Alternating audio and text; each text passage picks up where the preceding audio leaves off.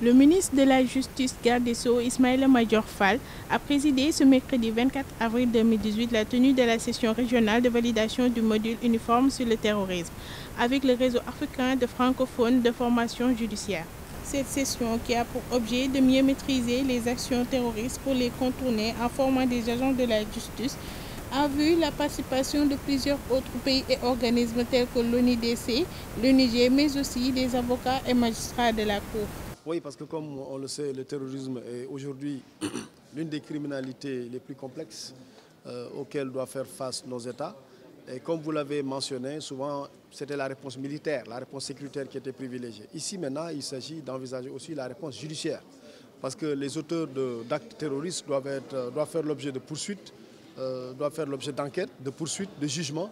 Et tout ça doit se faire dans le respect des standards du droit, mais aussi dans le respect des droits humains.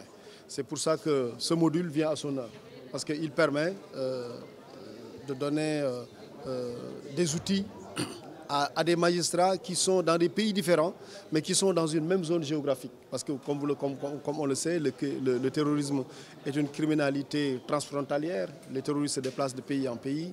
Et il était important que, face à ce phénomène, qu'il y ait des instruments juridiques, judiciaires, pour pouvoir enquêter, instruire, poursuivre les actes de terrorisme et faire des jugements qui respectent les standards internationaux. Ce module aussi est important parce qu'il permet d'uniformiser la réponse judiciaire.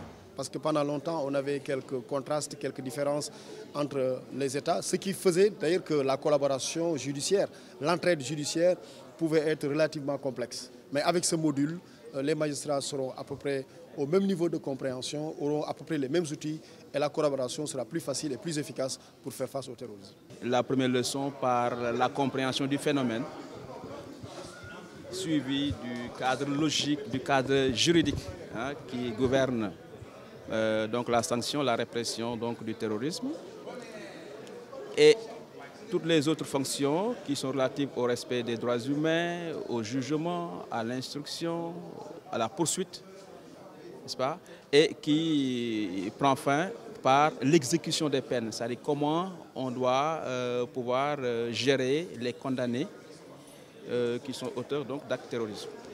Voilà un peu le contenu donc, du module que nous proposons à l'ensemble des écoles qui sont au nombre de 10 et qui auront à charge de l'introduire dans le curriculum de formation.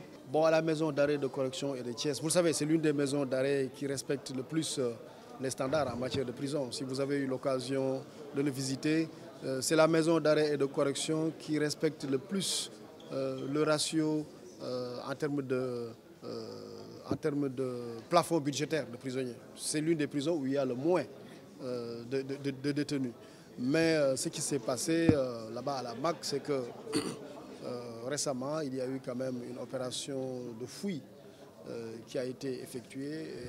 Voilà, l'administration pénitentiaire a nettoyé la prison, a enlevé tout ce qui était portable, tout ce qui était stupéfiant. La prison a été nettoyée. Et donc, il y a certains détenus qui ont voulu, je pense, observer une sorte de grève de zèle. Mais dans l'ensemble, tout est rentré dans l'ordre. Je pense que la grève est terminée.